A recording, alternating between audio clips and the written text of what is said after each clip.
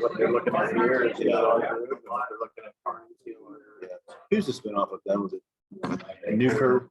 Nobody Newkirk? From Jade. Yeah. They had just hired them as a construction manager. Oh, really? Yeah. So that's who they're working with. Yeah. No, we'll just have to.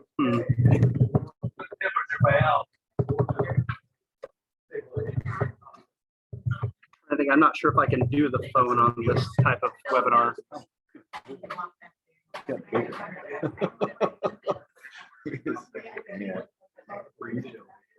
You know what's so cool about him is I saw so many people comment on him and say, when we played him, like he's helping people up, like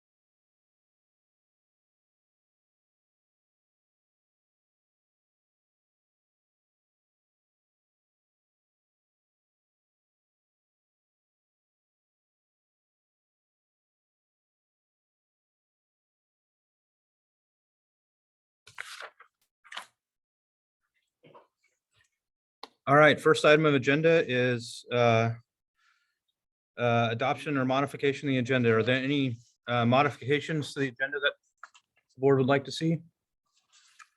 Can we change that last sentence on that? Also, this would be an appropriate time to add items to the agenda since that isn't the case. Is there a better way to word that? Karen, do you want to take that and maybe bring that as a follow-up? The question being, we're not allowed to add an item to the agenda if it's not been made public beforehand and therefore discuss an issue outside the sunshine law. And since the phrasing of this is a little odd, we'll get that corrected for our next meeting. If not, this is an action item. I accept a motion and a second to approve the agenda as presented. Before we move on, I would like to go ahead and request we pull the personnel report out of consent agenda and move that to new action item. Okay. So we've got a motion to pull the personnel agenda item out. We have a second. I'll second it. We have a motion and a second. Please vote on modifying the agenda.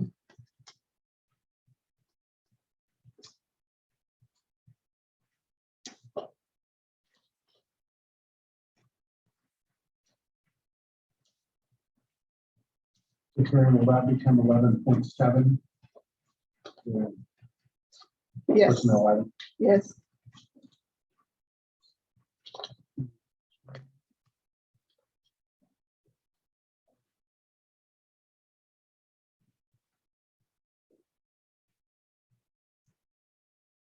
Not having that as a option.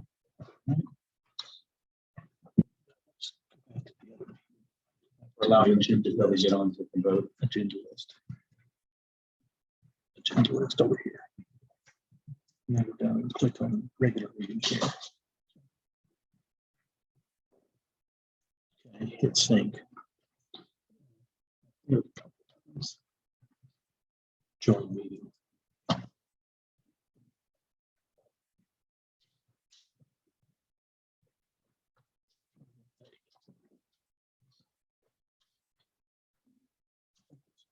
At 790, the amendment passes.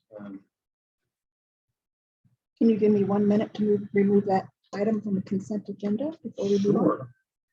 So do we need to approve the agenda is now?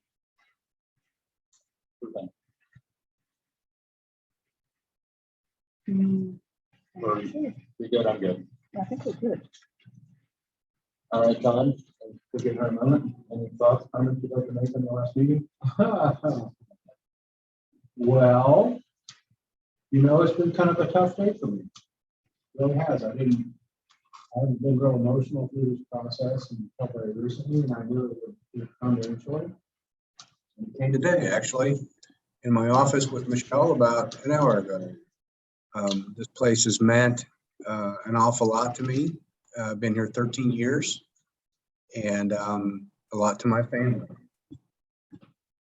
So it's a great place to raise kids, and a great place to live, and a great place to work, and it's just a tremendous community. And I'm so grateful to this board and the boards before you that have supported me, through all of this. And I maintain that it is, and it will always be a great day to be a warrior.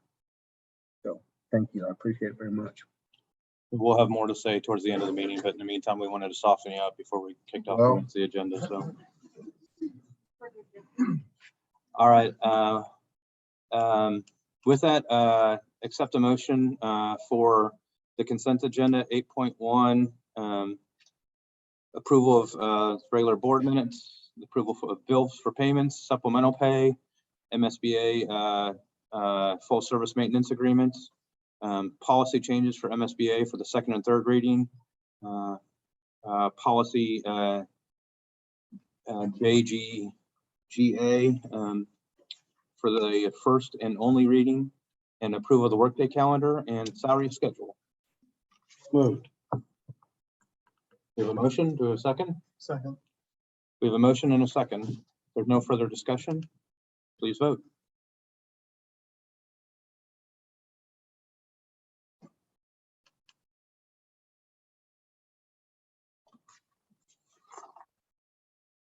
All right, 7-0, motion passes. We are now to public comment. Karen, any updates to the request? Three here. Okay. This is an opportunity for members of the audience to make comments to the board. A total of 20 minutes will be allocated for public comment. Speakers will be heard in the order in which they are notified the superintendent of their desire to speak. Individuals addressing the board shall state their name, address, and limit their comments to no more than 5 minutes. Items or issues related to specific personnel should not be discussed in open session, and I will stop you if you do get into that territory. With that, I've got three listed, Drew Newhart, Jason Ambrosen, and Ryan Wilhoit. First up, Mr. Newhart. I'm Drew Newhart, 1406. Go to the, so we can have the folks at home hear you as well. What's that? No. I've got a face for radio anyway. I'm Drew Newhart. I reside at 1406 Northwest 94th Street, Kansas City, Missouri. I've been here for, this is the start of my sixth year. I teach PE here at the middle school, and I just want to come talk on behalf of the middle school department at Upper PE. In the turf facility that everyone's kind of discussing. So just the benefit of a turf facility as far as physical education goes at the middle school. Every day, every single student goes through that gymnasium. And so every kid takes PE at the middle school. And myself and Mr. Mosby, we usually have about 60 kids total in that gymnasium. So as far as students in the gym, we like to go outside quite a bit. And obviously a turf facility would help tremendously with that at the middle school. It would probably be used in the fall and the spring, weather permitting. Obviously, we utilize the high school turf right now if we can get down there. However, there have been some times where we cannot go down there just because, for example, I believe it's 8 days that the high school band is down there, first period, which is excellent that the band's using the turf facility.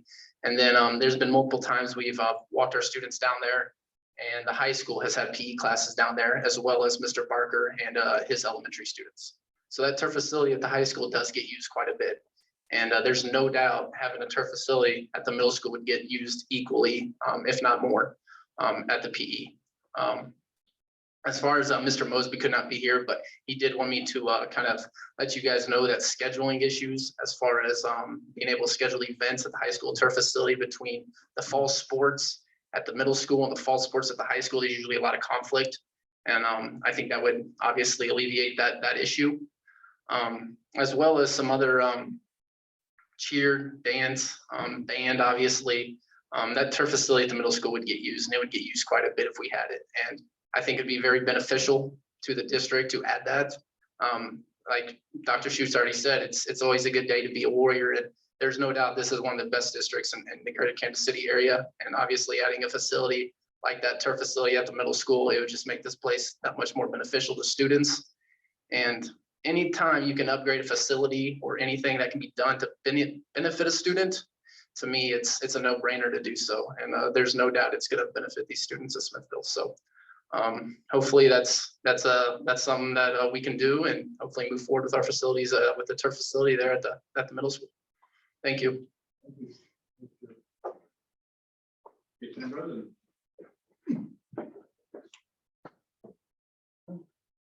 Jason Ambrosen. I'm an employee of the district here. I live at 600 Rockbridge Court in Smithville, Missouri. I'm here on behalf of, I know Drew had sent an email to get Mr. Barker here too, to talk about the elementary side, and I'll try to go fast so I can give him some time too.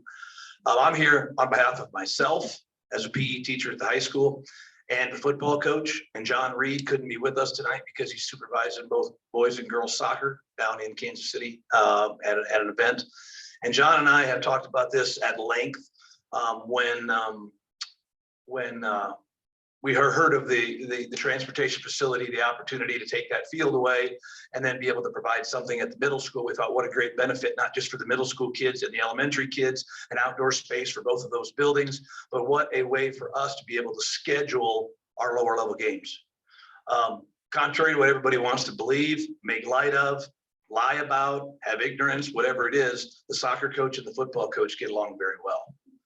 We both want to see all kids be successful. We also want to see the band and the dance team and the choir and everybody else be successful as well. And John and I work together very well. It'd be very easy for us to both bury our head in the sand and not worry about it, because both him and I are a little bit long in the tooth and probably don't have a lot of years left in the district. Moreover, myself being here is for these young guys right here to make sure we keep them in our district, because they're fantastic coaches and teachers.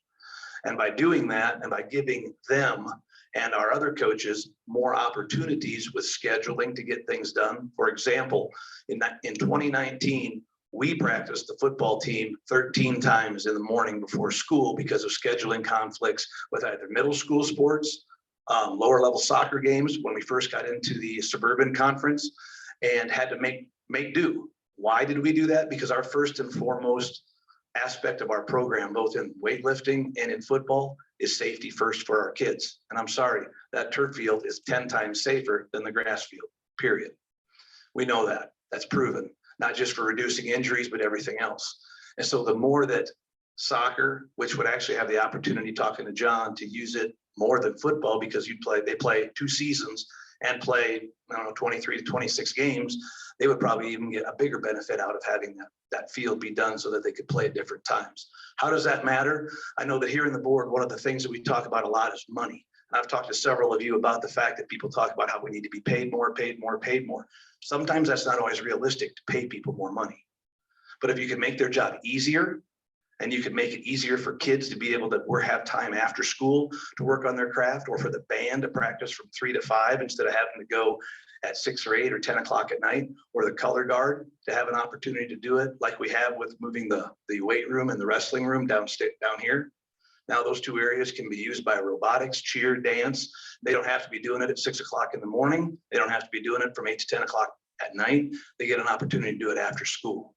So we see the benefits, not just for soccer and football, middle school PE, elementary PE. We see a lot of other things being able to be opened up with the scheduling, with opportunities for kids. So we think the chance of having that on campus, which turned into an opportunity to save money if that happens, to be able to put it forward for the greater good of kids, is kind of a no-brainer. That's the way we look at it. And that's kind of the way we've addressed it. And John and I both wanted to share that tonight, and I'm speaking for him. So thank you for listening.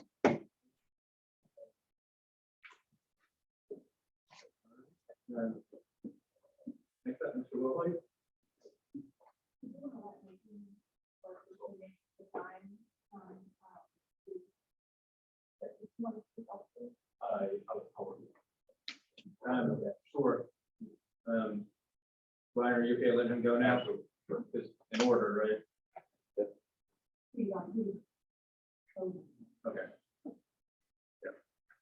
Nathan Barker. I reside at 539 Northwest Terrace in Kansas City, Missouri. I teach PE at Horizon and have for 7 years.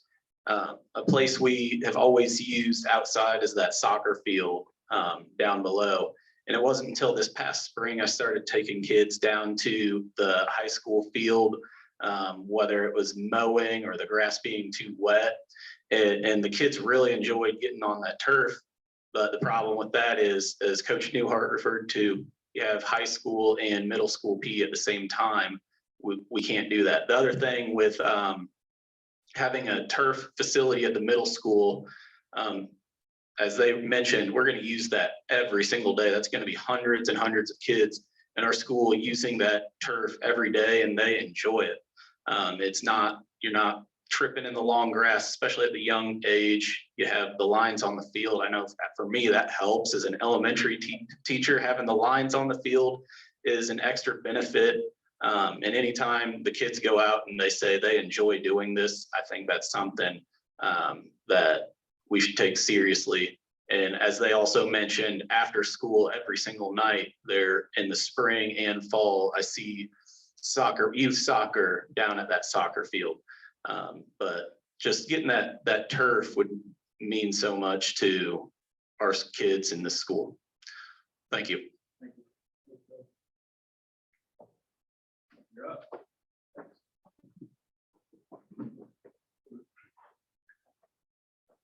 Good evening. My name is Ryan Wilhoit. I live at 17070 Smith Road here in Smithville. My wife and I have 3 boys, 2 of which attend Maple Elementary. And first and foremost, I come to you as a parent. Secondly, I come as my profession. For those of you that know me and those that you don't, I am a sergeant with Missouri State Highway Patrol. And I have spent most of my career here in Clay and Platte counties. And I've been with the patrol for 18 years. I have recently, in the last year and a half, transitioned over to an investigative spot. However, prior to that, I had spent all of my duties working in uniform patrol and spent 13 years as a member of our SWAT team. I don't want this to be about me, but I want you to understand my background. I have, for 13 years, spent countless hours working tactics and law enforcement training when it comes to things that relate to school safety, threats, active threats, and school shooter scenarios. And I know that this topic tends to come up every so often when incidents around the country occur, like they have here at the end of May in Texas. And I have spoken with some of you in the room about suggestions and areas where there could be some improvement within the district. I also have the experience of being a member of Liberty School District's safety and security team, which was comprised of off-duty law enforcement officers who were all post-certified. That program, which is still in existence in the Liberty School District, was formulated by a current lieutenant with the Missouri State Highway Patrol who has transitioned out, but for about 6 years, I did performed those duties on days off, typically during the weekdays. And it was a further presence in the school district for law enforcement outside of school resource officers. My purpose of coming forward is not to take anything away from current programs that are in place, but to offer, as a parent and as a member of the community, my experience and what I could help with. I 100% understand budget constraints when it comes to everything that has to do with the school district. I could not be more supportive for more athletic facilities and having turf on the middle school property. And I don't want anything that I would come forward with to take away from any kind of funds that would be directed somewhere else in this district. Everything that would be suggestions and what I could possibly bring to the table to help out if I could. I feel that if I never approached and offered that, one day I might regret that, and that's the last thing that anybody would want on top of hearing of any other tragedies around the country. I have researched several different resources that can be accessed free of charge to school district, as I'm sure that have been in the past, and I've shared those with Denise Harwood, with Carlisle, one of which is a thorough assessment of the state of safety and security in the district, what is in place, what could be worked on. Please continue. Thank you. I don't want to overstep. I'm more than willing to talk outside of the meeting if I go over. However, I would trying to think where I was at there. Just an assessment of where the school district is at the time, where the school district would like to be. You know, there are many different options, and where I see a big gap, and this is not unique to just Smithville, is local collaboration between your local law enforcement, fire department, ambulance, sheriff's department, state highway patrol, those resources, and then the resources within the school district when it comes to that aspect of preparation and planning.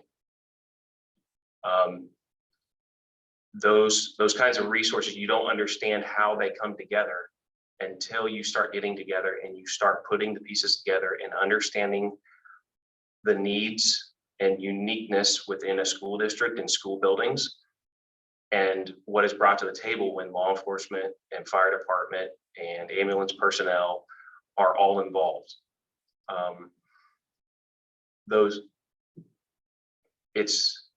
There's a lot of different topics to talk about. However, you get into talking about preparations and drills, and there's a lot of different opinions that come out.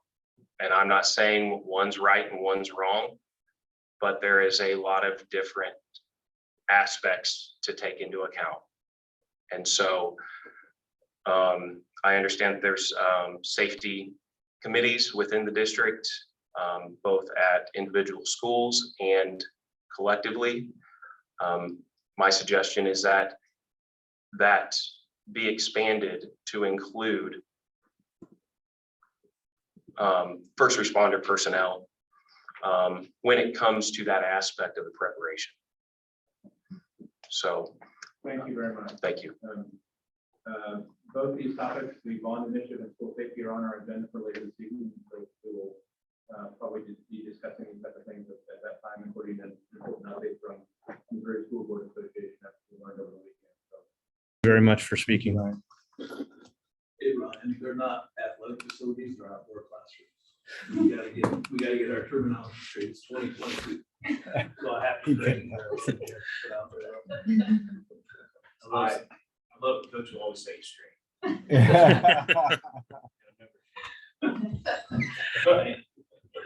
Again, thank you for participating in our public comment this evening. We'll move on to 9.2, board priorities update. Yeah, I just have one item in your board priority update, and this is the board priority related to recruitment and retention, and basically it's just kind of summarizes for you what's being proposed in your FY 23 budget. And the board has already supported a $1,250 increase to the base salary. So that is fantastic. We're so appreciative, and I know our staff is as well. That's a very aggressive addition to the salary schedule, and it was what was requested by the Salary and Benefits Committee. So I commend the board on your willingness to move forward with that. That equates a 42-cent increase to the base on non-certified, some additions to some frozen steps on the salary schedule. Letter D here in your packet says the cap on years, but that should say the cap on years removed. You have removed the cap on years to the salary schedule. That had to be done. And I appreciate the board being aggressive about that. You did it in one vote in one meeting. That 15-year cap is gone. So thank you for doing that. And not only did you remove that cap, but you took people that lost years coming into the district and you put them where they belonged as if they never lost those years. So kudos to this board for being aggressive in that regard. I appreciate that. I know the staff appreciates that. This board has been presented an increase to the buyback rate for staff for their days they have in ALD, their accumulated days. Our days, we know that research would say that our attendance is correlated to the monetary value we have to our days. And that in turn puts more money in our teachers' pockets, our staff members' pockets, one way or another. So you've been supportive of that as well. So I really commend this board and appreciate this board for the position you've taken on all of these things. That will help Kim Davis and the other leaders in the district, our building principals, as they move to recruit and retain and compete in the metro for teachers and other staff members to come and understand what it's like to be a part of this warrior family. So good job, but you've got to keep being aggressive. It is critical that you continue to keep the pedal to the metal. That we are in a time of crisis right now. I know I have beat this drum for several months now. There's no mistaking it. We are in a time of crisis, and never waste a good crisis. So this board, my recommendation to you as I exit the district is you continue to look at policies, compensation, everything to do with staff, and to push the boundaries and to push the envelope to try to make our policies more and more employee friendly. That is the game that all of us are in school personnel, and I'll continue to be in that realm in another school district. I've got my foot in 2 districts right now, and what you're dealing with, what's been talked about here tonight, Kim mentioned SPED openings that still exist. That's the norm. You're not experiencing anything here that's outside the norm of any other district. But we have got to be aggressive as school employees and school boards. We're talking about doing things way outside the lines. There are school districts talking about paying liquidated damages to districts. Like your policy allows for liquidated damages. School districts are writing checks. We'll get you out of that. We'll pay for that. So coloring outside the lines, doing what we've got to do, for kids. So continue to be aggressive, and I'm very, very grateful and appreciative of what you've done to this point. But I encourage you to keep pushing because our kids need that from you. So that's all I have for board priorities update. Unless yes, question. Real quick, elaborate on what you talked about the years of service being increased. Yeah, thank you, Denny. I'll be glad to do that. So currently, your policy for annual leave days, ALD, allows for a buyback rate. So when someone leaves the district, there's so many dollars per day. So if you had 50 ALD days in the bank, so to speak, use the term bank, there's a dollar amount for that. So you would get so much money back for those 50 days. And it depends on how long you've been here by the current policy.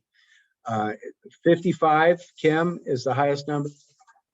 For 16 years and above, you've been here for 16 years and above, the dollar amount for those days is $55. And below that, it's $45. That is year 6 to year 15, I believe, is $45. 1 to 5 is $25. 6 to 10, 35. Okay, 11 to 15. gotcha. 45. Yeah. 15 plus 50. So in collaboration with the Salary and Benefits Committee, the proposal was brought to you and the board workshop, the budget workshop, and ultimately in your budget to raise that dollar amount. And Kim, that proposal, the dollar amount then becomes what? So, Robert, help me out with this. 75 for the top level, 15 years plus, and then 10 less. 55, 45. Mm-hmm. It's a percentage of the substitute rate of pay, which is currently $100. I think my question was more on the years experience where we just only allow 15. Oh, I apologize. Just let me keep going. It was important too, right? Yeah. So yeah, we had for years the cap of 15. If you had 17 years experience and you wanted to come to Smithville, let's go a little farther. Let's say 20 years experience, you wanted to come to Smithville. We capped by policy. We capped at 15 years. So you would be placed on step 16. And so those teachers lost those steps in the salary schedule. So even though the salary schedule steps don't necessarily technically legally represent years experience, that's how it's applied, when people come into the school district. And so that plays some constraints on the administration as they recruited for staff members to try to get them here in Smithville. You've got a neighboring district to the south that, not by policy, but by procedure, they have a cap of 10. People know that. They know that district to the south pays more, but they're not applying to that district because there's that cap of 10 years. Some of them are not applying. So again, you in one board meeting remove that cap and you put everybody in the right spot, and it costs you to get everybody in the right spot. It costs you less than $15,000, right? About, in that range. So is that what you wanted me to elaborate on, Denny? Okay. I would say I'll pay more attention next time. This prior last board meeting together. So I just want to say thank you to administration and our teachers who work with us on the salary committee and others. While we were unable to bind future boards, we recognize where we're at, and we have to have a very open and honest dialogue about where we're at from a recruitment standpoint, a retention standpoint, and what we need to do to get us to where we need to be to make sure we retain the top teachers that we have and continue to recruit the top teachers in. So while we're unable to say we're going to do this each year going forward because we can't bind future boards, we recognize this as a priority and thank everyone for their support behind this. Anything else on 9.2? All right, 9.3, Assistant Superintendent for Academic Services. Thank you. I have a few items on the agenda and I'm going to add a few more, but before I start, I just want to echo what Mr. Amberson shared about the outdoor classrooms. As the person whose primary responsibility is academics in the district, please do not discount health and PE as an academic area. We are talking in education and in every field about the importance of self-care, and that begins with what they teach our kids. So I'm kind of protective of all my departments, and I'm protective of that one. Very proud of the work that they do. The fact that we have 2/3 to 75% of our high school kids in weight any given year. The facilities that we have that our athletics use are also used every single day as classroom spaces, and they're very important. So just want to put that out there as the academics person. So to the agenda items, I do want to share a little bit about our summer school program. We have students at all grade levels participating in summer learning. We have in our Warriors Explore, which is our K-8 program, 239 students at the K2 program. We have 231 in the 3-8 program. Attendance is running about 85%, which actually isn't that bad. So we're very happy about that. Did want to share that we are piloting something related to real world learning this summer with our students that we hope to have available during the regular school year. It's a program called Defined Learning, which is problem-based learning. It presents students with a problem that they need to solve, and they use all of the content areas in order to do that. So very interdisciplinary, very much an enrichment opportunity, but all of those are also wrapped around a specific career. So as they're using their problem solving skills and taking all of that they've learned from math and English and science and social studies, they are also learning about careers. So it fits very well with that. And it's getting rave reviews so far. So I'm looking forward to hearing the end result and potentially having that for our students for next year. We have 227 students at the high school who are participating in online courses. We're offering 3 this summer: health, personal finance, and ACT prep. We have 60 students approximately involved in credit recovery. So those are students who didn't quite achieve mastery in a course, and so they're making that up over the summer. And then we have a summer PE class where students can earn a quarter credit of PE. If they do it all 4 years, they can get their 1 PE credit by participating in the summer. 240 high school students and 80 middle school students, so a total of 320. So that's very successful, and I'm excited about that. Any questions about our summer programming? Moving on, last week I spent 3 days with our lead principals and some of our assistant principals at our Missouri Model District Summit. This is a program that we've participated in for several years that actually provides some grant funding for us related to professional development.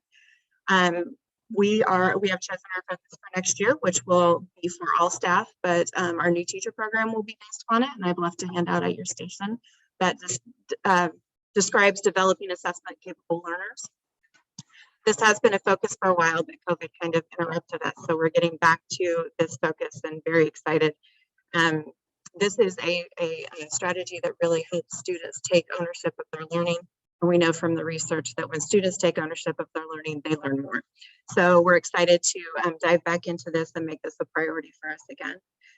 Next week, we will go to another conference at the lake. And this one, our instructional coaches for math and ELA, as well as all of our building admin will be attending, our lead principals and our assistants. So very excited about that. Last week, so I just want you to know that the district only paid about $400 for that. The rest of everything, the hotel, the mileage, the food, everything was paid by our grants. So it was a great opportunity for us to get together and collaborate and make some plans for next year. Speaking of grants, we have heard from Kaufman. We will be awarded $110,000 for the next 3 years. I was hoping for a little bit more, to be honest, but that's okay. All of that money will be dedicated to personnel. So that will cover Carol Noker's salary as well as our additional marketing teacher at the high school. And the other things, we will find ways to make this happen as well. So, but we have been, it's definitely for 3 years. So that is very exciting. We're also informed this week that with M6, I mentioned to you previously that there is a continuous improvement cycle. So that is where the districts provide documentation about things that aren't necessarily captured in the data. And we have been informed that we're in the first group. So I've pulled all of the documentation that's available right now. I'm going to pour over it over the next couple of days to make sure that it's something that we can handle next year, considering we're down a man at the district office. But there is an option for us to request a waiver. I don't anticipate doing that, but it is an escape hatch if we need it. I think that we'll probably be able to pull everything together and have what we need in order to meet those expectations. Lastly, unless you have questions for me, at the end of the year, we administered a survey to our staff from our research firm, EAB, about morale and what things may be impacting the morale of our staff. Kim and I have been going through a collaborative process with EAB to help take us through this process step by step. The first step obviously was to administer the survey. The second step is to identify the top areas of dissatisfaction amongst our staff And then to have interviews with staff members to get more information, like the qualitative data to go along with those numbers. And we had our first one on Monday. We are limiting each session to 10 people. We had 9 at our Monday session. It was very informative. We're really looking forward to the others. We have 6 total, so there are 5 more throughout the summer to continue gathering information from our staff.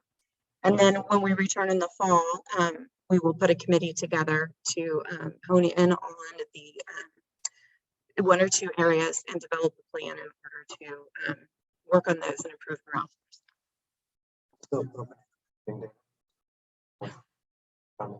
So we are going to administer this survey multiple times next year. And since we are down a person on the district staff, we're going to put rounding on. So we'll use this information in the interviews that we're doing related to this in the same type of capacity. And then our intent is the following year to bring rounding back. It's about 50 interviews for each of us. So it's really quite a bit. And we felt like that we would be getting some of the same information from this survey and the follow-up interviews. And I do have an update on strategic planning, but I saw that that's in the miscellaneous at the end of the meeting, so I'll wait if you have any questions for me about any of these things. Okay, so we have concluded our interviews and we are working, we're working on blending 2 different options, and that's still completely in the works. We are also working on the fees and to see if we can negotiate those a little bit. So we do not have a proposal for you tonight, but we will at the July meeting. We're having some more meetings with the individuals we're hoping to work with, if you all approve, throughout this week and next week. So, but it was really, I think we have some wonderful possibilities, and I think that we would have a really good product should we get this approved.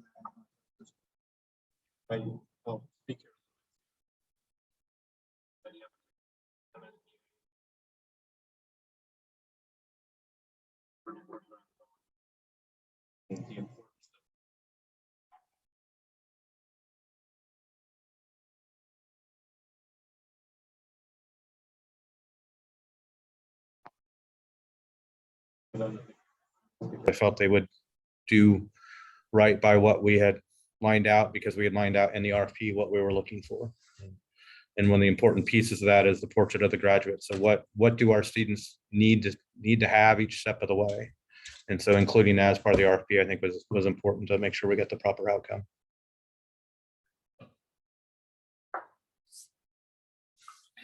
Okay, anything else from your side of the dais? All right, and we'll move on to 9.4, Executive Director, Support Services. Some of you probably saw through the blinds the fire truck go by, so you see a quick update. Smoke detector did go off at the middle school, and so fire was dispatched, but it was a false alarm. So just want to let you know, you probably saw it exit that way about 5 minutes later. So just want to make sure no one was nervous. Absolutely. Wanted to thank everybody for coming to the Activity Center open house. I know it wasn't, the ribbon cutting wasn't the best time for everybody's work schedule. So I know some couldn't make it, and I totally understand, but I appreciate those that could, and I appreciate those that got a bunch of kiddos there to help celebrate that event. So thank you so much.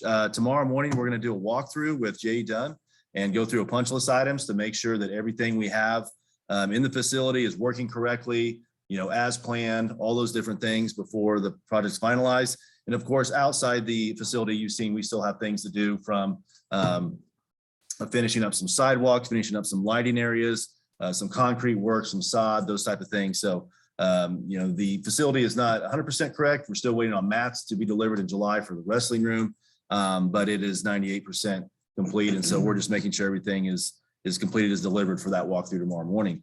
I did want to share with you that the Missouri Highway Patrol has completed its 2022 annual bus inspection program. And I'm proud to let you know that Coulter Bus exceeded the 90% exemplary approval rating with a 92.6%. And they had a 0% rate of buses out of service. So that was great news to hear from that and get that letter from the Missouri Highway Patrol. So I just wanted to brag on our contractor a little bit with that.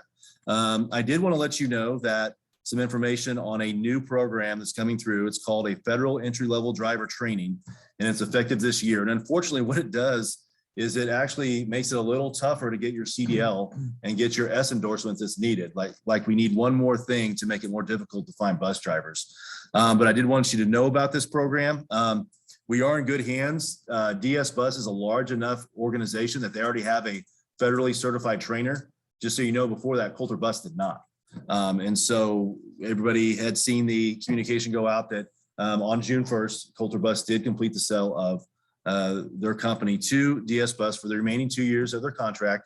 And so I just want to let you know we are in good hands with a company like DS Bus. It does have a certified trainer on staff to make sure that those guidelines are handled for anyone new getting their CDL. For those folks who are just renewing, they don't have to go through the program. But if you are new to getting your CDL with an S endorsement, you do have to go through this program.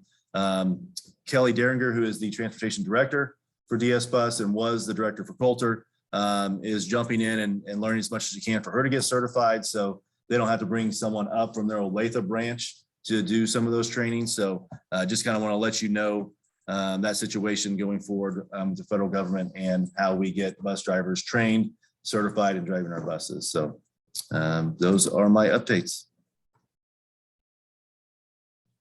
I will share as the transportation for several freshmen after weights. Some of them are complaining that the facility's not working. So they're already spoiled. There's a bad rumor. There's a bad rumor. Even my mother said, I heard you turned the air off on them to make them tougher. It's just, you put 112 kids in one space and you work out. It's gonna get warm. It's gonna get warm. It's okay. It's great. We're fine. All right, we'll move on to old business. 10.1, general financial review. Yeah, you have to review the packet. Any questions you have on it? We'll move on to 2.2. We have available for your first reading or to send back for additional revision. BDDH, the policy related to public comments. So this policy is intended to reflect the feedback that you provided at your May meeting. And so what we would like to know at this point, do you have additional feedback or would you like to approve it as is for a first read? So broadly, for those following along at home, and Increases the amount of time for public comment. 30 minutes. Based on the number of folks who sign up, maybe decrease from 5 to 3 minutes. The amount of time to allow for more people to speak. We reserve the right to call a separate session if we've got a hot topic that needs more time. But knowing that we've got lots of things on the agenda, allowing for more public comment, and then also a means by which folks to sign up and make things a little easier. With that. I have a comment, and I don't know how this applies to adding it in there. I was under the impression, as someone who's spoke many times, and now as a board member, that having a discussion with those who come in public comment was violation of sunshine law. I was informed last night that by the head of the the chair of the Joint Committee on Education, that is not the case. There are different ways to interpret sunshine law. He was very adamant. They had a hearing last year about that, and I went back and watched it, and it was very informative. And while we certainly can't vote on something that someone comments if it's not on the agenda, that we can engage with those who come and speak, and we don't have to be stone-faced. So I think that's a great way to engage and respect those who come and speak to us. And so I would encourage, it was November of 21 when they had that hearing. It was very informative. So As we talk about a retreat, one of the things that I'd like to see us walk through at the retreat is just a refresher on sunshine broadly. And we can include a part of the discussion on how we treat those agenda items to make sure that we're following through and following I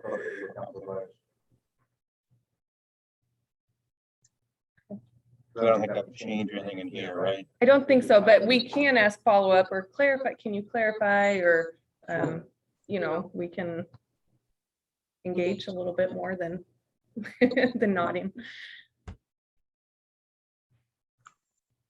Anything on the policy before us? If not, I'll accept the motion in a second. I'll move to accept the policy as written for the first read. Second. Motion and second. Any further discussion? If not, please vote.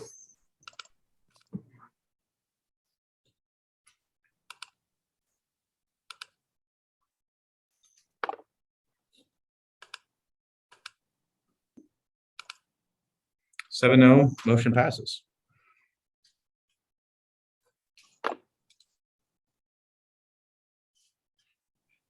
Next up, item 10.3. Earlier this evening in a work session, the board interviewed 2 respondents for our superintendent search process. We interviewed 2 firms. We posted the RFP and sent it out to a variety of different firms. We received 2 responses. We, of course, hope for 3 or more. We did receive 2, so we interviewed those 2. And at this time, I'd accept a motion to for the board's thoughts on which firm you would like to go with.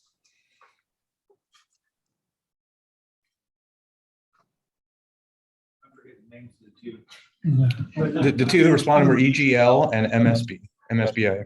I would move that we as a board move forward with EGL as our search firm of choice for the new superintendent. I would second that. We have a motion and a second. Any discussion?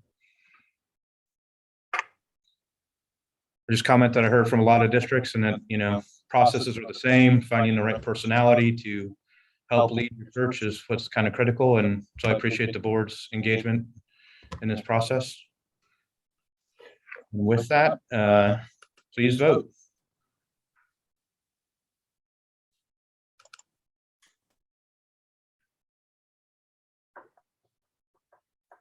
Thank you. 7-0. So we will move forward with EGL as our search firm of choice. This will include heavy community engagement. So for those of you interested, please look for more information as we kick off that process to find our superintendent to lead us for the following school year, not this school year, but the following school year. Next up, item 10.4, April 2023 bond issue projects. Robert?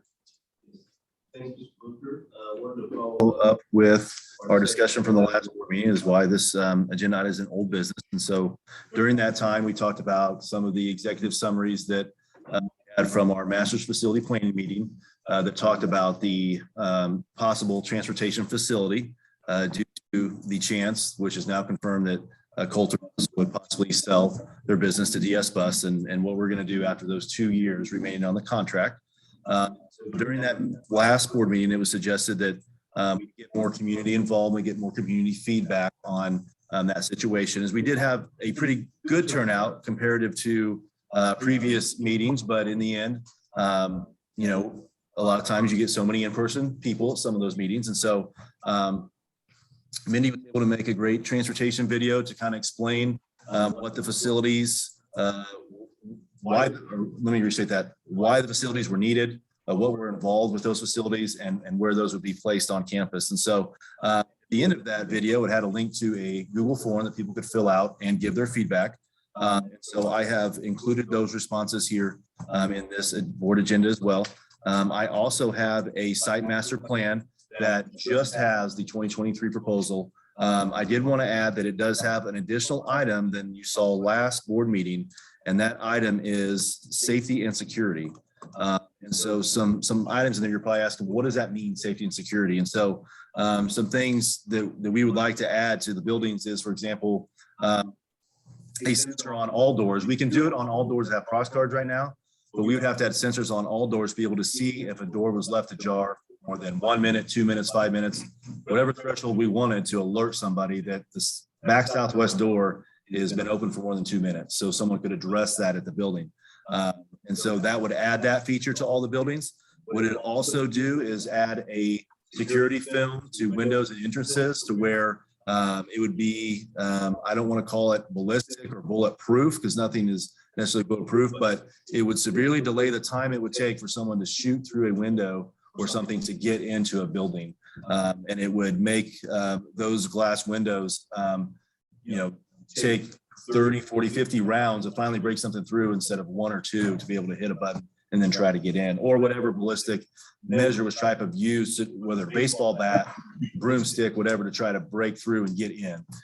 It would make those barriers. So items like that are what we would look to add to this, in the nature of what, has unfortunately happened in our national communities and in schools, which is very prevalent in the news right now. And so that was something that we wanted to put within this as well. So you see that 6th additional item there. So I just wanted to mention that when you look at the list. And so I also have Kevin Fisher here from DLR, who's been very involved with our master plan from the very beginning in 2019.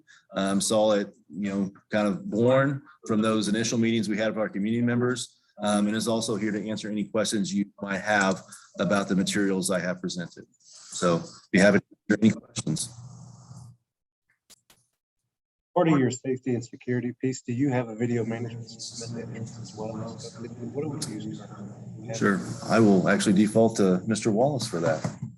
Well, actually, currently for the entries, we have. Here.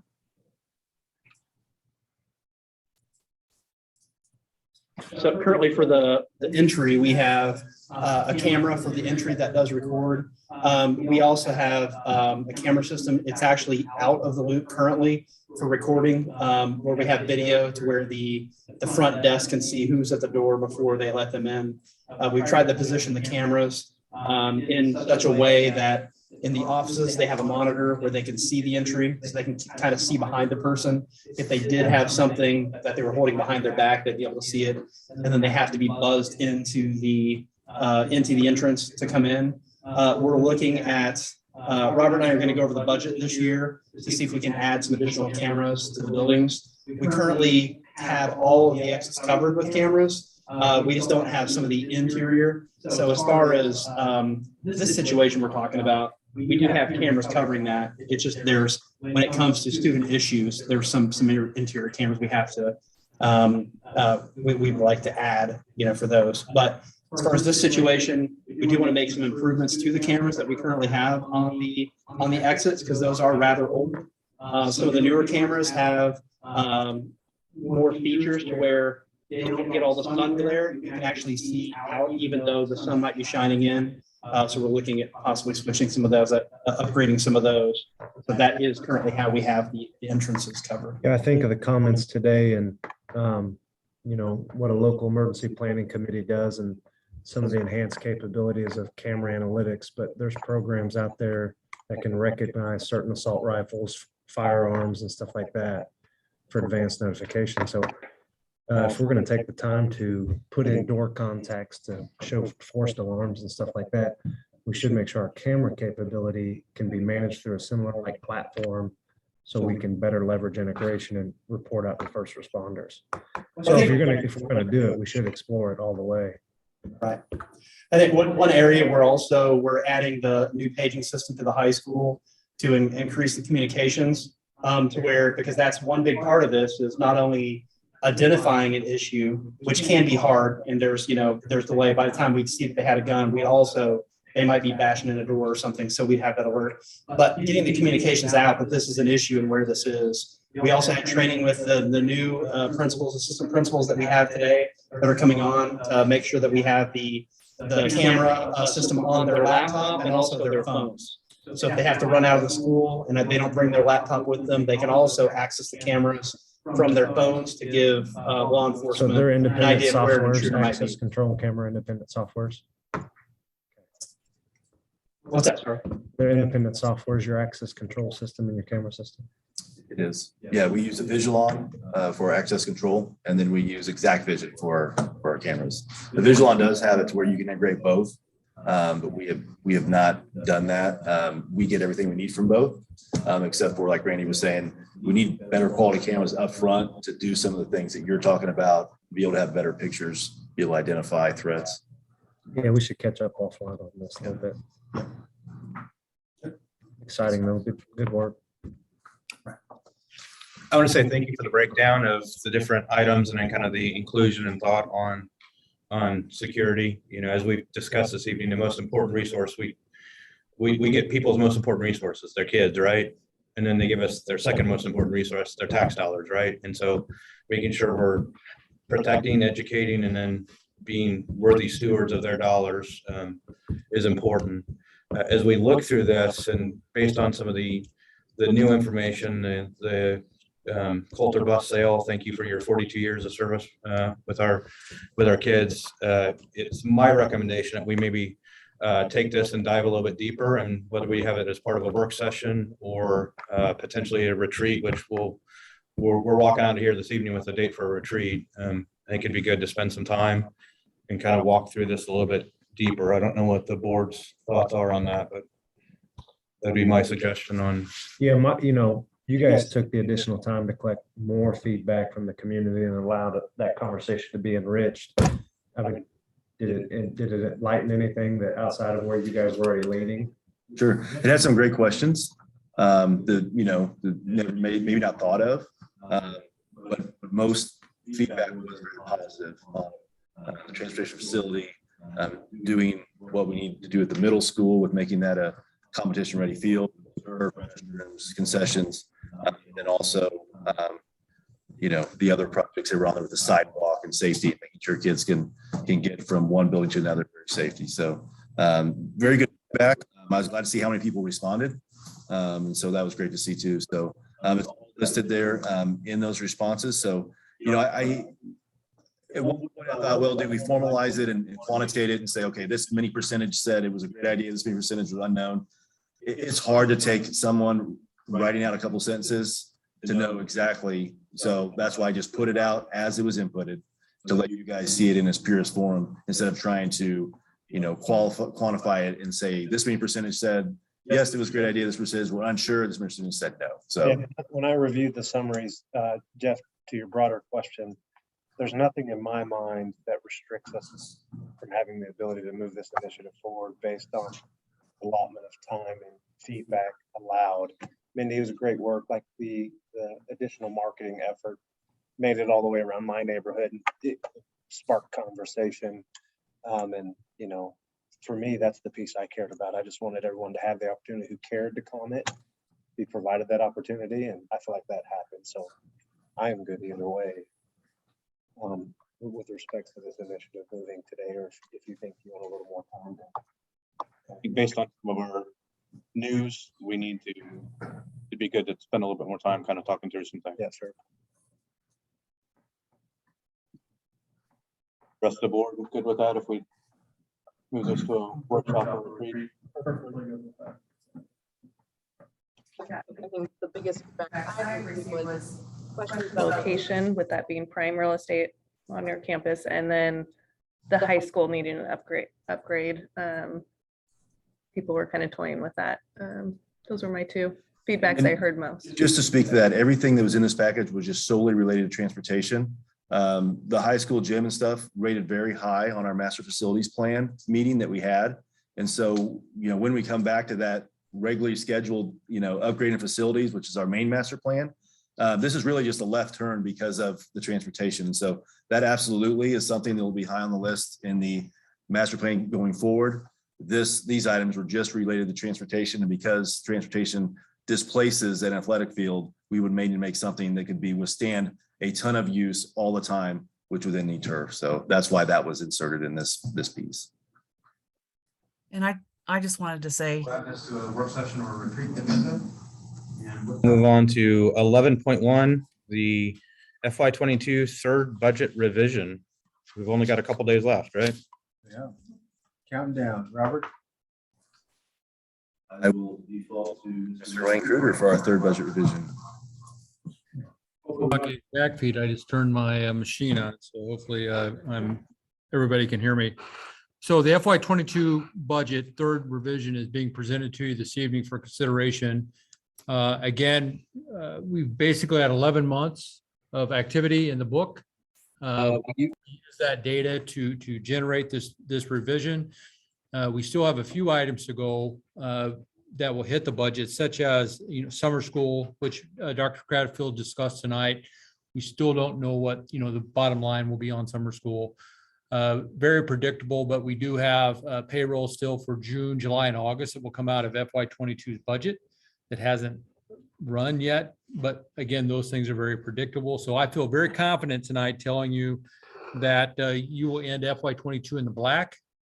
Right now, we're estimating that number to be around $226,000 in the black for FY '22. If you recall, we started the preliminary budget a year ago when we recommended FY '22. We were suggesting about a $422,000 deficit. Well, a lot of things have happened since in the last year, particularly regarding to federal relief that the district knew it was going to be awarded. We just hadn't been awarded. So we couldn't put that money in there until it was actually in the bank. But we received about $425,000 this year in emergency recovery funds that went into this year's budget. We also received about a little over $400,000 of emergency connectivity funds that allowed us to offset a lot of our technology purchases and so on and so forth. And some FEMA dollars that we applied for and were awarded. All of that, again, is a result of the positive position that we anticipate ending FY '22. And I'll answer any questions that you have about this budget revision. The fiscal year actually ends on June 30th. So again, we still have a little bit of time to go. But again, we feel pretty confident that we'll end the year in a positive position. The next item on your agenda, I know you need to vote on this item, but the next item, if I could go ahead and just reference, 11.2 is actually asking for a transfer from Fund 1 to Fund 2. We estimate that transfer to be approximately $336,000 at this time. State law prohibits you from ending any fund balance in the negative. Right now, we anticipate that Fund 2 will be in the negative about $336,000. Per law, per best practice, we are able to transfer from Fund 1 to Fund 2 an amount necessary to make that zero. Once we run the books and balance on June 30th, we'll know exactly what that amount is.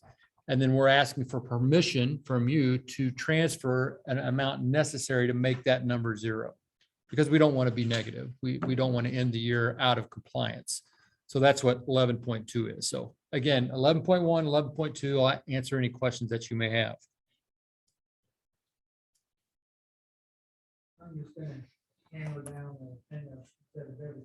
These budgets, the 66-page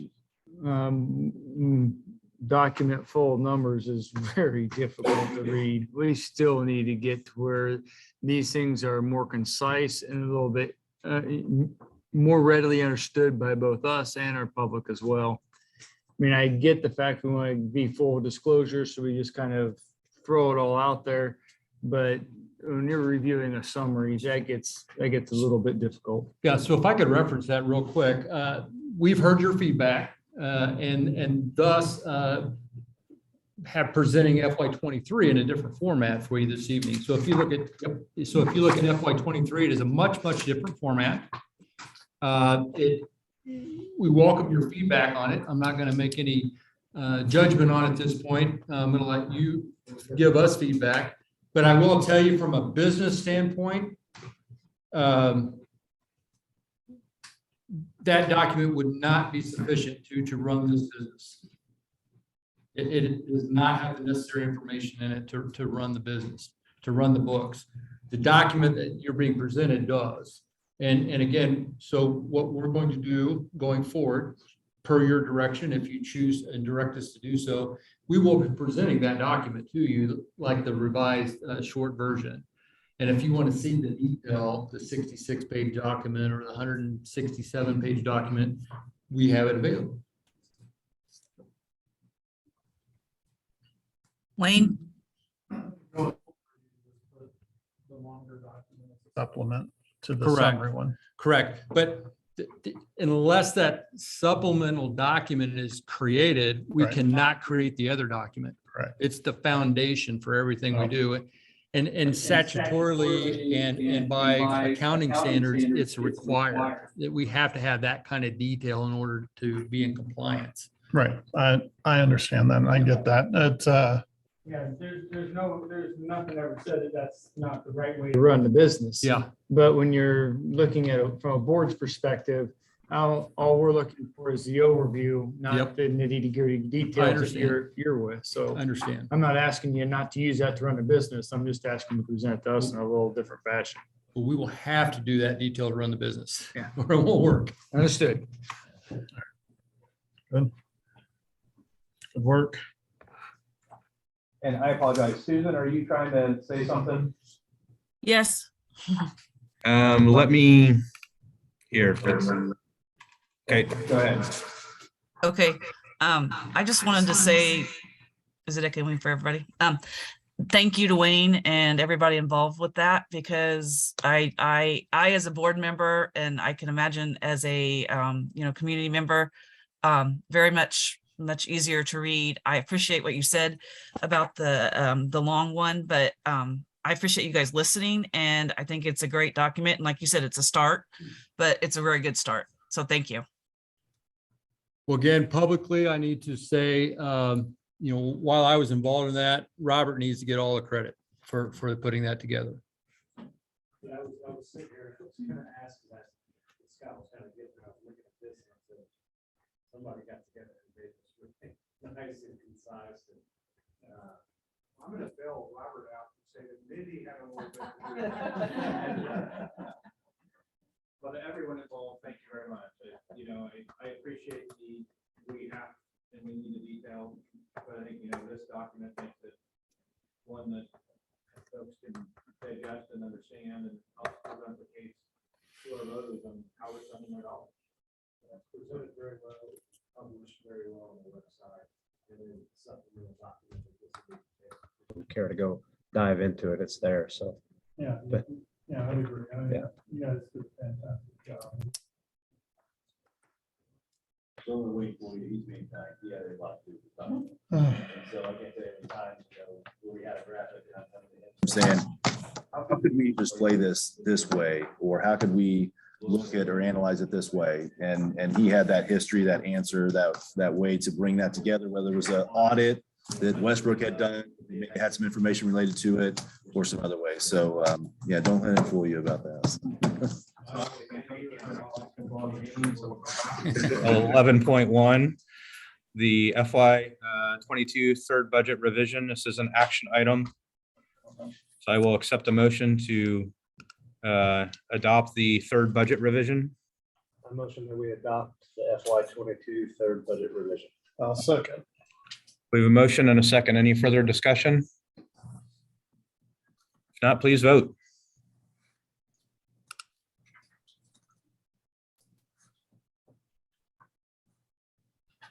Seven zero, motion passes. 11.2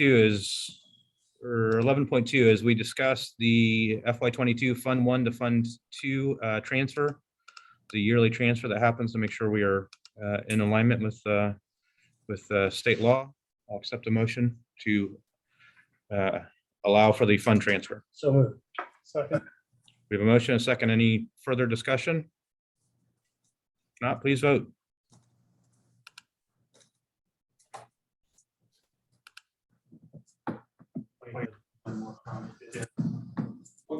That I would like to say publicly, hopefully you have on your calendar for July 20th. We did receive information back from the state auditor's office that they have the preliminary audit completed, and they'd like to share that with the board. We've set up a work session at 5 o'clock on July 20th.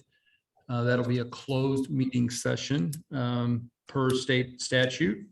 And that presentation will conclude prior to your regular scheduled meeting on July 20th. Fantastic. 7-0, motion passes. Thank you. Thank you, and we look forward to hearing the state auditor's thoughts. All right, FY 23 preliminary budget. That's a fabulous document we have before us. Any Team effort between Mindy, Wayne, and myself to bring this. There's a lot that has went on in the last 3 months between finishing up the activity center, other personnel changes here at central office, and this deadline. So when we first decided to just try to get it done this year, it was because we wanted feedback earlier, whether it was from the National ASDO organization and applying for the Meritorious Budget Award, or your feedback to say, this looks great, but I would love to see this or this. And so we wanted to get it done this fiscal year, to be able to get that feedback earlier. And so at one point I was like, what did I get myself into trying to get this done this early? But with many hands, makes like the work. And so as a team, we were able to get it done and present it today. Some of the highlights, I wanted to let you know that right now this does project a budget deficit of $393,613. There's no federal relief money at all in this budget whatsoever. And so for a while, a lot of our finances has been, I guess, brought up or raised because of some of those dollars. There's no listed there. It does have an increase in transportation from the state, which is also passed. Prop C has also been raised, and you can see those graphics within this budget as well. And then some things affecting the budget. You can see on page 9, it talks about some of the revenue things that I just mentioned as well. County, state, and federal. And then page 10 talks about some expenditures that will affect the budget. And so it talks about some of the salary schedules. It talks about some key personnel that were hired. And very importantly, our board health insurance is remaining flat for next year. So usually that is a big piece to our budget every year, but this year, because it is remaining unchanged. Let's talk about that. I just want to go ahead and mention that in the near future, that may be a discussion again. It seems like inflation and increases seem to keep creeping in our daily lives. And so you can kind of see some history with some tax levy, Prop C, and then it gives all the revenue by fund source and expenses by those as well. On the very last page, it does give a budget summary. Recap some of those things. It talks about our fund balances and our policy statement at 21 and 26%. Some I didn't mention that maybe gets lost a little bit is we discussed different capital improvement projects. That our reserve ratio is actually just the total of Fund 1 and 2. Fund 4 is not included in that. So sometimes when we look at our balance and look at what we're spending up or down on Fund 4, whether it's GO bond money or construction money, that Fund 4 does not affect our balance ratio. So if anything would to move forward with, capital projects, whether it's from GO bond or whatever, that Fund 4 is not calculated in that reserve ratio. So just want to make sure. That's by design because it's obligated, right? Exactly. Yep. So any questions that I can answer on this budget? And then just so you know, duly noted, Mr. Kruger is right. That working budget is so much of a nation of bringing this overview budget. So I did include the other working budget as well as a secondary item in there. So if you want to see the account code for an individual item, you can still go in and see what that was for this year and then the previous 3 years as well. So you have that ability if you want to go in that detailed working copy as well.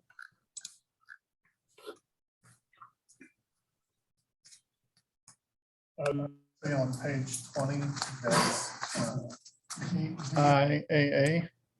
Can you guys spell that out? Yeah, that's the only thing I can I say. think It's really true. Okay, that's the only thing I could say. Not much. I think you're right. I think we can maybe say what the policy is, what the topic of the policy is. Sure. At some point, you'll figure out probably the first letter of each of the policies and what they refer to. Yeah, okay. There's a handful in the room who knows that each one of the individual policies. Yeah. And is I did want your feedback. So if there's things that you think you would like to see moving forward, I'd be happy to hear those and happy to get those entered in future budgets. That's great. Looks good.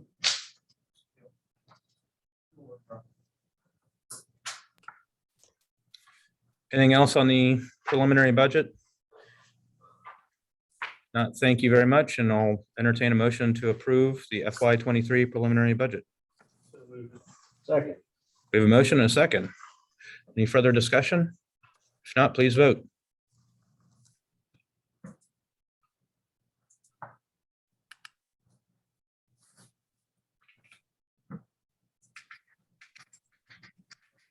Seven zero, motion passes.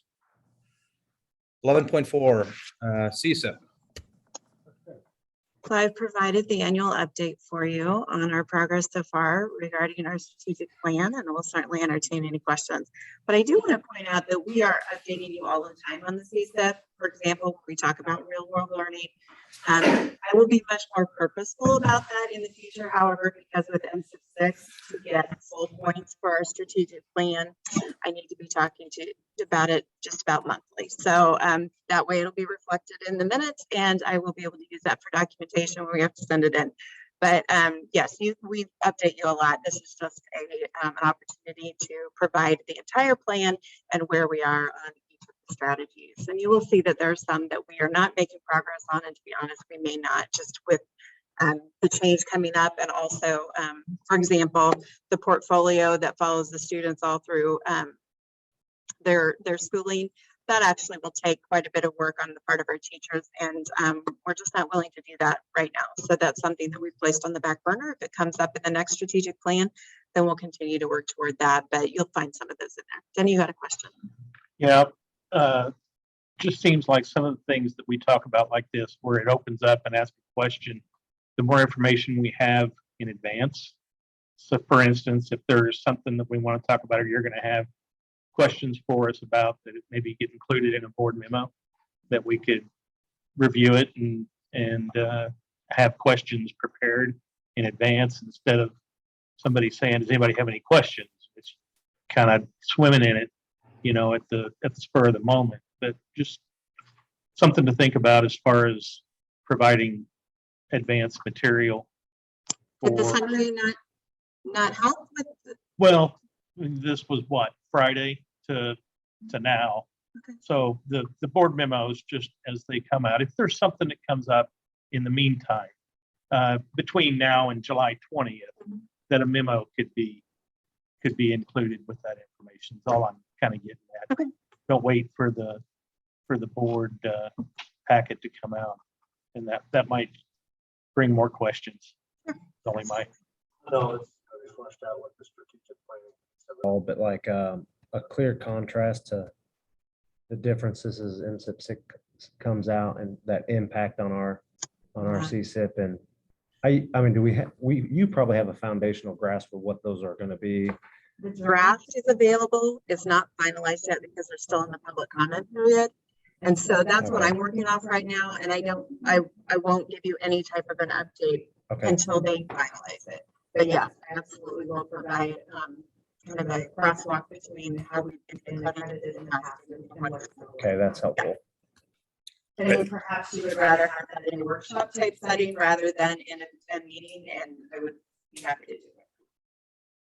Yeah, so CSIP, and I apologize because I just did the audience what we did to you earlier.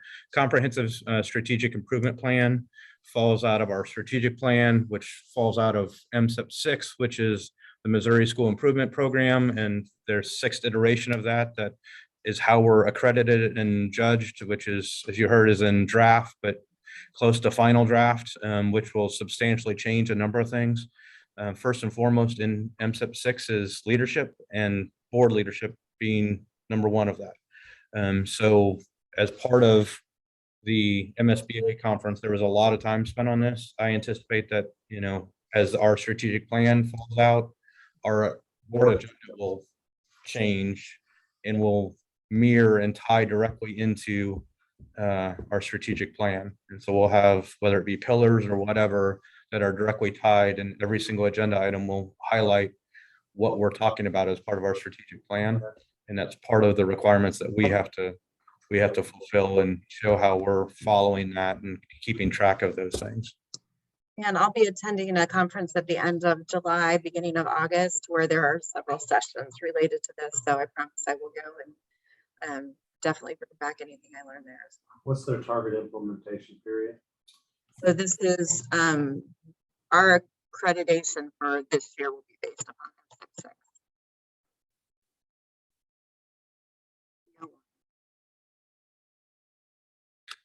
No other big changes going on this year, right? Yeah, it's not a lot for you to do. You'll be fine. Fantastic. Anything else on 11.4? Now we'll move to 11.5. Yeah, I put this on the agenda, just give the board an opportunity to get the administration feedback on the graduation ceremony.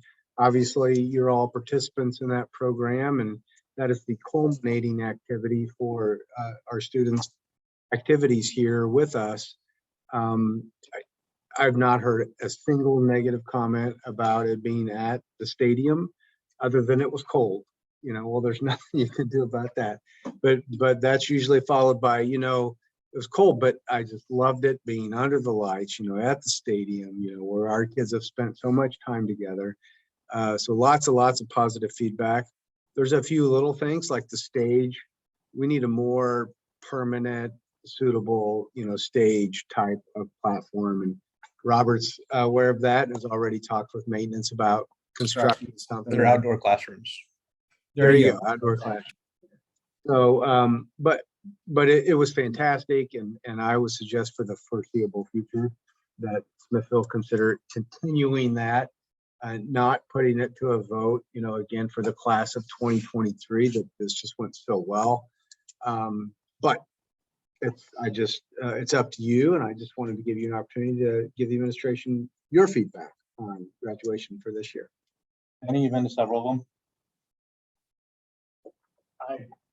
It's always enjoyable. And the first year we did it at the stadium was one that I'll always remember. But this one was, I don't know, it's just something a little more personable than being down at Cable Dahmer. Nice facility. This is just everybody that wanted to be right there in front of the kids was right there in the bleachers in front of the kids. If they wanted to sit up on the hill, they could sit up on the hill. But I like it, and I would love to see it continue to infinity and beyond. The Disney plug. Yeah, I think this picture right here summarizes it all. I mean, Sentiment's your community celebrating an incredible accomplishment of their students, and what better way to end it than right there on that outdoor classroom where everyone started. So it's unique. I, after seeing many graduations posted online and stuff, a little detail, but I know moms everywhere would love this, is one school, they had their chairs angled differently so the crowd could see the faces of the graduates. And I was like, a little thing, but that would go a long way, I feel like. Maybe get side pictures of the kiddos.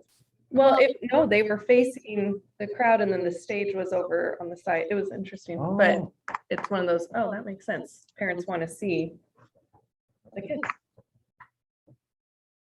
I would appreciate it. But. We actually kicked that around a little bit.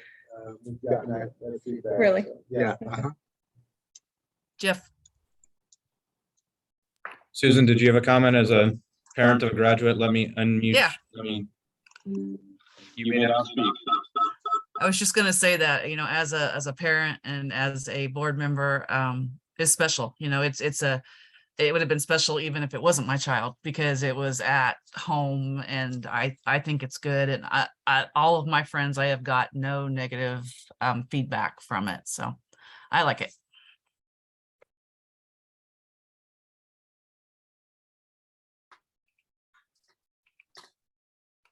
I think it'll work really, really well for you moving forward, except for when you hit a weekend that is really, really stormy, day after day, and you're forced to continue to push it back. But, you know, like Susan, I'm a parent of a senior, and as that parent, it was pretty special.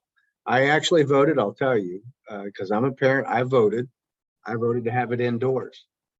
My wife was quick to say, I'm going to nix your vote, and I'm voting for it to be outdoors. And I'm so glad that's the route that we went. So. Fantastic. Sounds like all positive all around with a few tweaks here and there. We'll move to 11.6, school safety. Denise. Have a, I don't know if, do I need to unmute anything? I don't, right? Okay.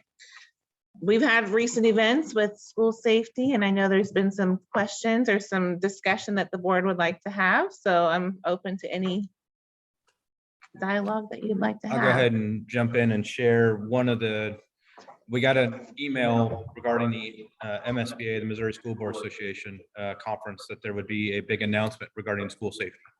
And so we were all kind of eagerly awaiting what that announcement was. And it was indeed a very exciting announcement. And that is MSBA has been able to retain an individual by the name of John McDonald.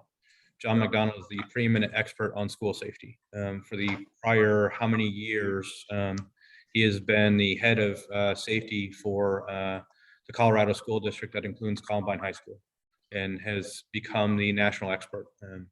Long story short, his wife is the now retired Attorney General of the great state of Colorado, and she's a native of the better state of Missouri and wanted to come home. And so said, we're moving home. And so John reached out to MSBA and done some work here. So he is available to MSBA and to all associated districts to work. And if there's an event, he will be available, and more importantly, proactively be part of sharing his thoughts and lessons. So exciting news for Missouri and for every school district, as this is, there's nothing more important that we do than protecting and educating our kids. So.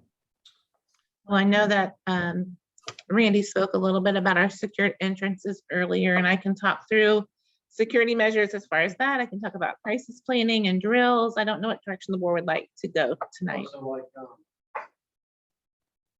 when I first ran, this was a topic that was very discussed heavily, and then it kind of, since I've been on the board, going on the 5th year now, it's kind of waned. And we've always done, action, had safety plans and kind of went through processes. But do we do comprehensive checks of our security infrastructure, like on a routine basis, to ensure our entryways are secured and not being propped open? And we do things like that? And it's an expectation. I can tell you that. I know at the high school, for example, the safety and security monitor, since that position's been added, that is part of his routine daily procedure, is to go through and check all the doors, check all the entrances. So there, yes. Our SRO will do that as well when he attends each building. I can't tell you on the day-to-day, every day, that a building principal might check every door in that building. Now, there are days that they would do that, but the message is sent out of what the expectation is, that doors shouldn't be propped open, things shouldn't be left in there. If they ever hear of it, it's commented on, or, if I hear of it, it's taken care of immediately. I hate to say it, it should be an expectation that door should remain shut. But like in the secondary level where there is somebody there is somebody checking those doors. Yeah, and it's clear you guys are putting mitigation controls in place for that. But with respects to our RSO, where are we at with our RSO allocation now? We have one dedicated to how many spaces? Because there was a time where we had more, correct? There was a time that we had 2.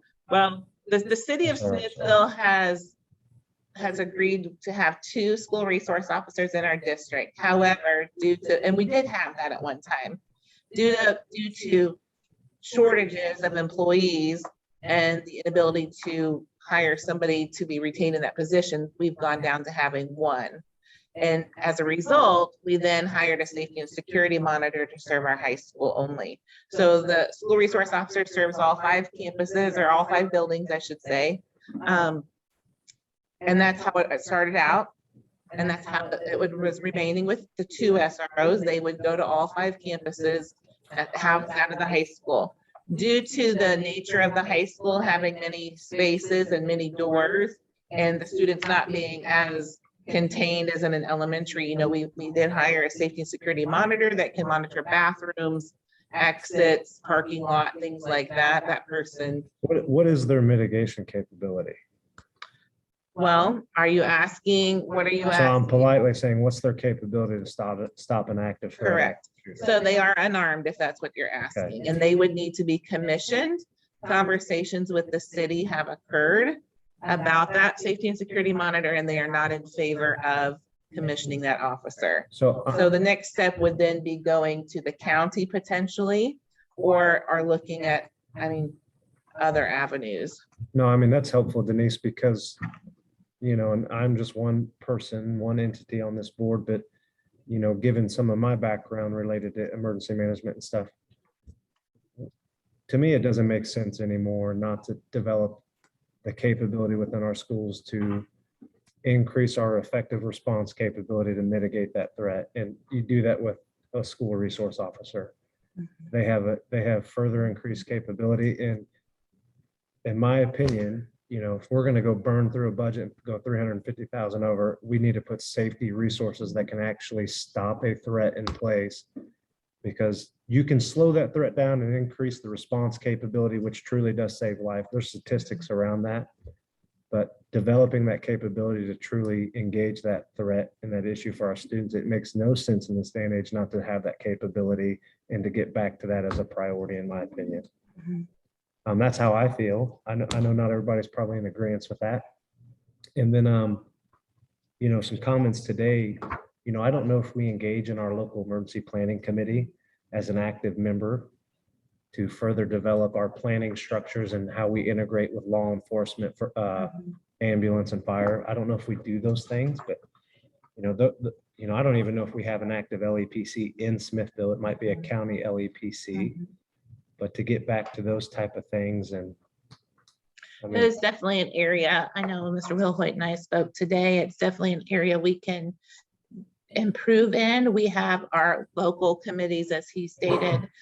We do our drills well. We practice our safety procedures with our staff and our administrators. We train annually. You know, the required amount of drills are done annually. There's training. However, extending it beyond our local police chief or our local fire chief, you know, we could include other agencies. You know, that the challenge is we do train our staff and we train our students, because unfortunately, since, you know, the era of school shootings have occurred, we train our kids, you know, through ALICE procedures, you know, run, hide, fight, what to do in those instances. And our response time from our local area is pretty quick. But that doesn't mean that, you know, five schools, it is a challenge, and we could do a better job of communicating with and pulling more in. And so that is something, unfortunately, again, COVID derailed a little bit of that planning. And now as we transition again, but it still doesn't mean it can't happen. Yep. The role of teachers and the role of school as it stands now is in a threat is defensive. But at some point in time, you have to have offensive come in to neutralize, period. And I think what you're saying is if we're gonna have somebody here, at some point in time, offensive has to take place. And do we sit back and wait until, you know, how do we do that? I don't know. I mean, it's not something I have expertise in. Right. But I do think it's a question that the board has to ask, and we have to find an answer to it. You know, where do we want to draw that line between defensive posture and an offensive in this situation? That's why I think a school resource officer, I mean, we have augmented the capability to report, respond, and alert. We just have lost the ability to carry and defend through an effective offensive measure. We've lost that capability in certain aspects. And I don't, you know, that's really no fault of anyone's. It's just, we unfortunately get reminded that there's a world out there, and this is a reality, a part of that world. And I was sitting here thinking about, well, we're projecting a $350,000 deficit, but good God, why are we not just putting an officer at every school? Well, and going back to that, it's the availability of officers for us, you know, through our city anyway.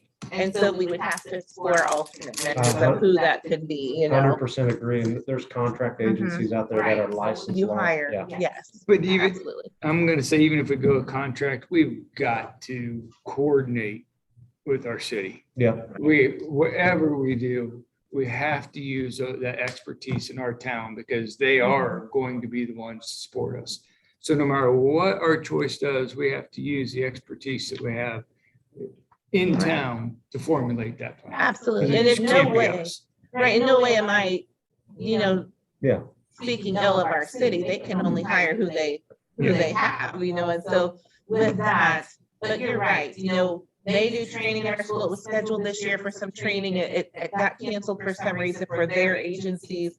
But we can certainly explore, other options as far as we added the safety and security monitor this year because we knew that need was there. And it was like the first step. And so if we need to extend those steps into something that looks different, that's something. The note I had for you, Denise, was, and, with the whole safety coordinator position and is that function and, wherever that ends up living, but could we sooner than later have that conversation with city administration and then revitalize what the partnership we had and to see if we can't, because I do think there's a benefit to using our local PD because we extend their capability by putting available resources within our school, which then if they have to utilize those for offsite type of events, they have that capability. So I think we have an opportunity to go back to a cost share structure depending on their budget.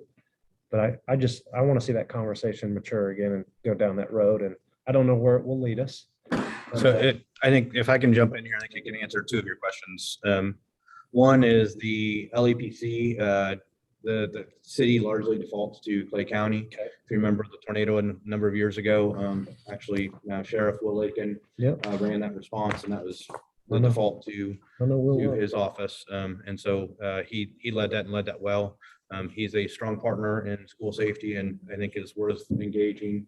The city actually just had their budget presentation and walkthrough, and they anticipate the ability to have both SROs staffed based on what was presented by Chief Lockridge. So thank you to our city partners. But I think broadly to the point, I think we have local resources between the sheriff's office, highway patrol, and local that it's probably worthy, particularly with John McDonald now joining, maybe pulling those resources together and kind of walking through what it looks like, because, while it defaults to the SROs, we know if something happens, everyone's coming in, and the ability to coordinate on that response is so critical, right? Absolutely. The one thing I'd like to point out, and it seems like unfortunately, every time there is some kind of school safety issue, it seems like it is indoors, but at any time, at any given point in the day, we've got hundreds of kids outside of our buildings that are susceptible to, the unknown, basically. So I think when we start looking at funding and different things, that we also look at our cameras and our security abilities external. We've had kids' cars stolen out of the parking lot at the high school. We had a district vehicle stolen behind one of the buildings here a few years ago. So those kind of things, just the awareness of what's going on the campus and on the other two campuses from here, I think could use an increased awareness as well. I second Ian. I would like to see an armed officer at each building. I think that should be a priority. It's not lost on me that at our school board meetings, we had armed officers. During those meetings, it got a little heated. I don't remember many mass shootings at school board meetings, but they have happened at our school. And I think that should be our priority. I care a lot more about their safety than mine. So I think that needs my priority. I want to make sure that our security officer at the school, I've made this very clear, he would run in, and I want to make sure that he can do his job. And again, yeah, we have gone down that route. We can pursue alternative routes for that. And, as far as adding additional officers, that's, up to the board as far as where you put your finances, towards what direction we get.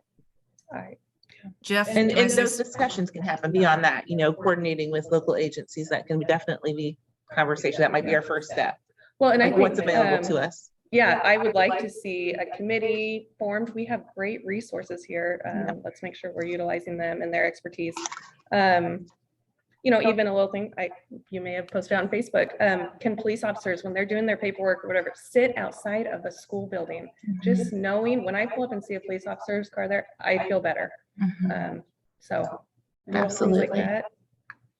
And, I know that they're not armed, but hopefully having our watchdogs back at our school again and starting some programs where we have volunteers on site that can check those doors daily and be visible and be present during drop off and things like that. We're finally able to allow visitors back on grounds. And I think that will make a huge difference as well, just being alert and having another presence. Yeah, I agree. I would like to see the watchdog program really, you've got fired up parents who Yeah. will protect their kids, our kids. So utilizing that, and maybe they can get a little training before. So Absolutely. hang on, I'm gonna interrupt. Susan's trying to speak, so we're gonna, Susan, the floor is yours. Thank you. I just wanted to say I appreciate everybody's concerns, and it is a big concern, but I do want to say, Denise and the district, thank you for everything you are doing. I think you are trying to keep our kids as safe as possible, and I appreciate everything that's been done. I don't want anyone to think that anyone is saying that nobody does the right thing. I think the teachers, I think you're doing a great job. We can want what we want, but for more security, but we're going to have to take money from somewhere else or look at something if you want all of this. So it's as Todd always says, where's our priority going to be? Maybe, we're going to have to not do something else if we want the officers all there, and we have to find staff. It's just so hard to find. So just thank you to every teacher, every person in the staff that's doing what they're doing. Oh, Jeff, I forgot what I was gonna say. Can we make this just a recurring item? But I do think- Denise, I think you're right. It starts with a conversation with more competent people than ourselves to figure out what a long-term strategy is. I get that we have resource constraints and we have to pull from here to put to there, but I think in terms of child safety, that's priority number one. And in my brain, it's a no-brainer.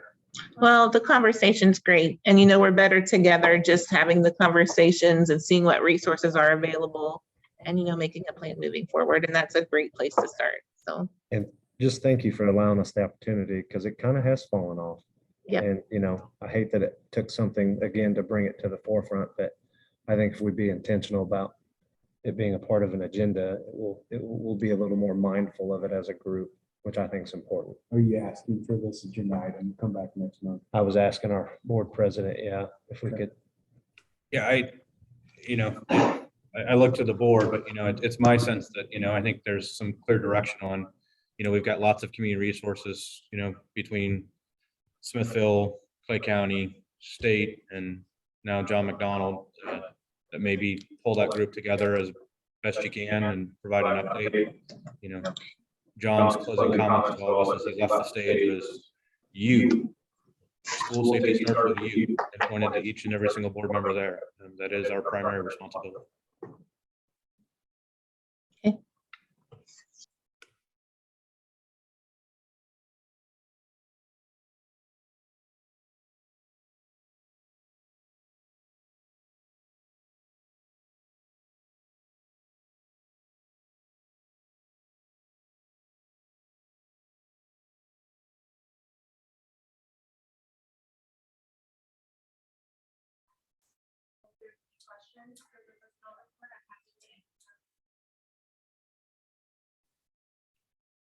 Kim, just as a point of clarification, I think Courtney's name's listed in here, but it's not. Is that right? It should not be. I think it was listed on this sheet. Okay. Not on the current. Not on this one. sheet. Okay. Yeah. Okay. Thank you. On the historical document, she's listed, but not on this current. Okay. So you can vote. Thank you for double checking. I'm Yeah. trying to check those each and every time. I'm actually searching for every board member's last name just to make sure. Okay. Because I'll have a reimbursement coming up soon for my travels that I'll need to not vote on. Thanks, Kim. With that, I'll entertain a motion to approve the personnel report. Second. We've got a motion and a second. Any further discussion? If not, please vote.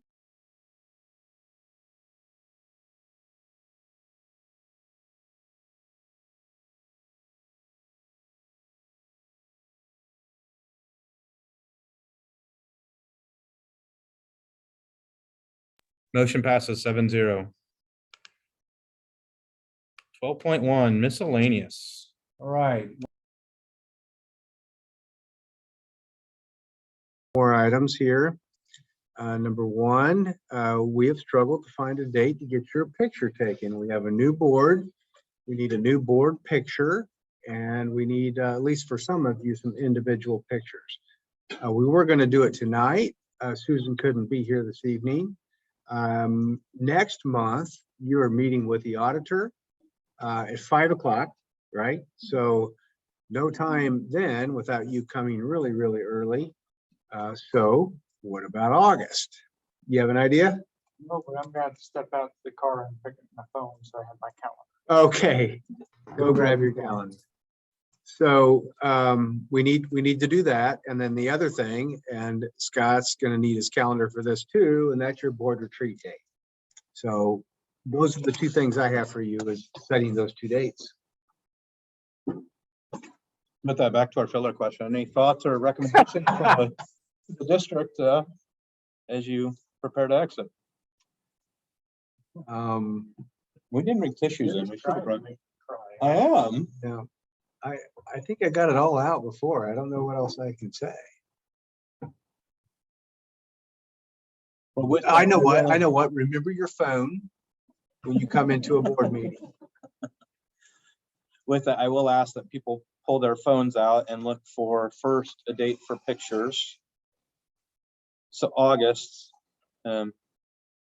It is possible that you could do your pictures when you do your board retreat, do them all at the same time. It doesn't have to be, your pictures don't have to be an evening before your board meeting. On a graduation. Yeah, 2 seconds. You know, that is a really good idea in science. He was there. He was there. That is wish you'd have thought of that about 3 weeks ago. We actually did have a nice board picture, didn't we? On it. We don't have the individual. Do we use the flag picture as our board picture? We could. You know, one year, and then just do individuals. One year we had a group picture and one board member just forgot, just completely forgot. So we had 6 board members there and we positioned everyone from the previous board picture and took that board member out. So there's a blank spot and then they just photoshopped him in. It worked brilliant. Remember that? Yeah. Mindy, was that picture good enough that we could zoom in a little bit and use that? No, for the group picture. Probably could be used for group picture if that's if you want to be wearing graduation gowns in them. It is very slimming. I mean, are we talking in the hall that this is what, who cares? I mean, that's fine. Well, if you do that, online, if you take that picture as your group picture, and then Scott and Whitney, if you would go to Jim's studio, he can do your individual picture and then send those to us. I would like to do a new one too. But. Or you can do that as well if you'd rather have a new one. And then next year, at graduation, that's genius. Yeah. And they're already there. We can explore the retreat. It's a really good idea. The retreat idea also. Doing that at the retreat. On August 8th, he's coming here to do a new cabinet picture at 8 o'clock in the morning. So if you want to do one, you could join. Your individual picture then. What do you guys want to do? All right, so we okay moving forward with that for options on board pictures? Tell me what to do and what to be there. August 8th. August 8th. August 8th or his studio. August 8th for individuals, and then you're moving forward with the flag with graduation. Hey, look sharp. Yep. Great. Mindy, you take care of that. Okay. 8. And then Sharon, would you contact Reed and let them know that on the 8th we'll have some board pictures as well. Okay. Thank you. Board retreat. We need to land. So based on a whole bunch of feedback and what everyone kind of presented, we're struggling to find a date. So I'm going to throw out 2 dates and see if it'll work for folks. July 9th and July 23rd. Those are Saturdays. And talking with folks, trying to get folks off of work was growing tougher and tougher. So those are 2 Saturday dates. Probably looking 8 hours of time. What date did you say? July 9th and July 23rd. So the 9th, I am gone. 23rd. 23rd is good for me though. Okay, 23rd. Try to make it work. Okay, July 23rd. Where's it at? How long? Probably looking 8 to 4, something like that. And we'll see about letting folks out early. We'll find a spot. You know, we talked about potentially out at Paradise Point. I know the Northwest Missouri State Campus and Gladstone's also available, free as well. So somewhere local, but probably not here.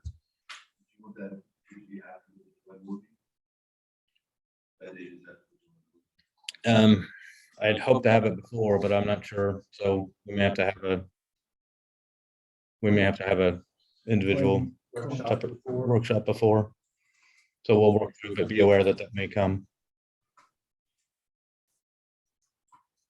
23rd, can I put it in my calendar? Put it in your calendar, load it, and we'll work on getting our. Calendars, because we're gonna try to do work on issue workshop sometime. Let's talk about it right now. I mean, if we're wanting to do it before the July meeting. Yeah, we're gonna need to do it before the July meeting. What staff, how much time do you think you'll need before you'll be willing to dive in a little bit deeper? 2 weeks? Week of July 11th through 15th.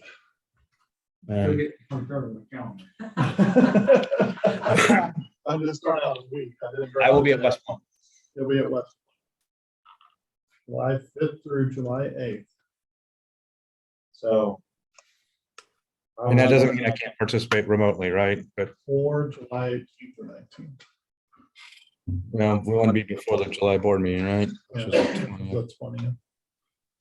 Yeah, so really the only week for me is the 11th through the 15th. Don't forget, we've got half of June still left as well. Except for I'm in Jamaica the last part of June through July. Through July? Maybe that's where I retreat. Yeah. You know, the Carlisle family sponsor it. I'll work something out then and see what I can pull. So you can do it next week.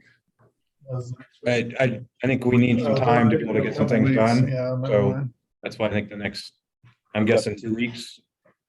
I propose June 12th. Or July 12th. Sorry, Robert. Somebody. 2004. Oh, July 12th. You could join remotely. I could join remotely, and if I. We're talking an evening. An evening. I can't do July 12th. Mondays and Tuesdays are out. Oh, you're out that week, Robert?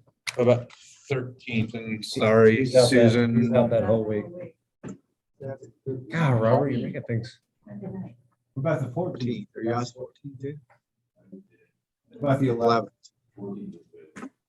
It is? 14th. If you're 14th. 14th, I'm leaving town. Me. 18th, I won't be back yet. 19th. July. 19th, you got it. 19th is a Tuesday. I just said I'm Oh, unavailable on yeah. Mondays and Tuesdays now. Oh, goodness. And that's why I couldn't respond to the previous one was. Are we looking at a Saturday? Does everyone do it on the 4th? Yeah, Jumping out of airplanes. No. I can do the 6th, the evening of the 6th. I can't. July 6th. July 6th, I'm in. What about the 6th? Oh, wait, Robert's out. You're out. Yeah. I don't think it's a necessity that I'm at that portion. Evening of the 13th. I think it's pretty much. It's kind of important. Any information about the day for. You need to be there. What about that Saturday, the 16th? You threw that out, somebody out of town that weekend. It might just be at one. The 13th? 16th doesn't work. Saturday. Evening of the 13th. Susan's a thumbs up. I'm driving on 14. So someone and it seemed to have a problem, I could probably. Is the 13th off for you? The 13th is available, but it's not for somebody else. Evening 13th. Evening 13th. Evening the 13th. Going once? Going twice? Then you're good? 13th? That was turned into an habit of Costello. Is it, that's, You're good? you're good? It's a Wednesday evening. Sold. Susan gave a thumbs up. Okay. Okay. 6. Whew. 6 o'clock. 6 o'clock? Yep. We're gonna pick the hard. All right, 6 o'clock, show up. We'll send a Zoom for those who need it, and if not, we'll be here. Man, that was tough.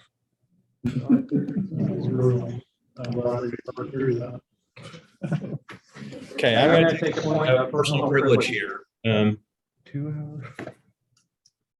Dr. Schutz, 13 years. On behalf of the board, we thank you, and as you have said many, many times, it is indeed a great day to be a warrior, so I'd like to present you on behalf of the Board of Education. That's awesome. This is a piece based from a Smithville grad, a 1996 grad who also has kids in the district.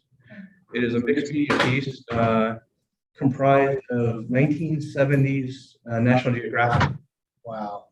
And so as you dive in and look a little bit deeper, you'll see that. That is indeed a great day to work, be a warrior. So thank you to Amy Loman, who did some phenomenal work on this. And so on behalf of the board, thank you. We wish you well, and you will always be a warrior. It's awesome. Thank you very much.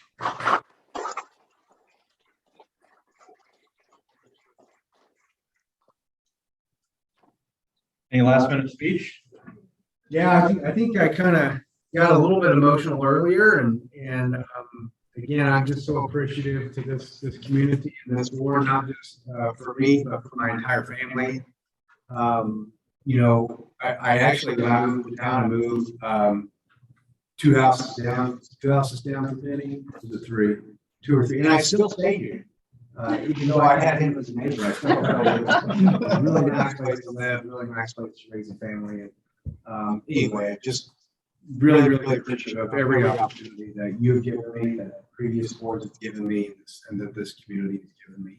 Great place to raise a family, and I'll continue to be a big supporter, and you'll still see me around, not just because I'm going to continue to live here, but I still don't want to know what's going on in this school district, and you probably see me all years. I offer to hold the door open for you when you leave. Don't take it the wrong way. Oh, I know. It's all out of love. Tried to save your life one day while you were mowing the yard. You wouldn't even pay any attention. My life? Do you remember that? We were under a tornado warning. They actually had a rotation.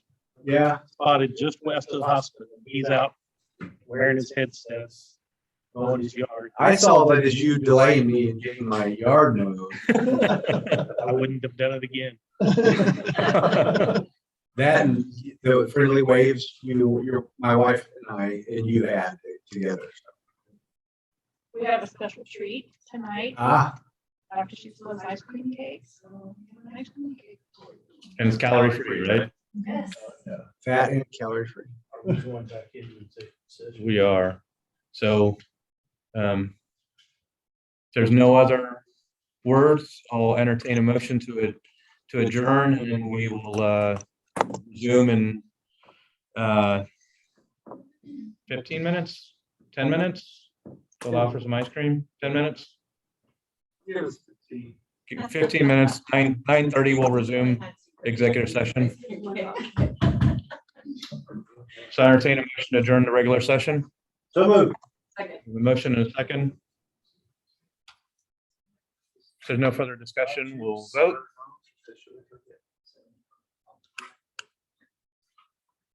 Okay, Susan, 9:30. And Dr. Schutz will have a piece of cake for you. Oh.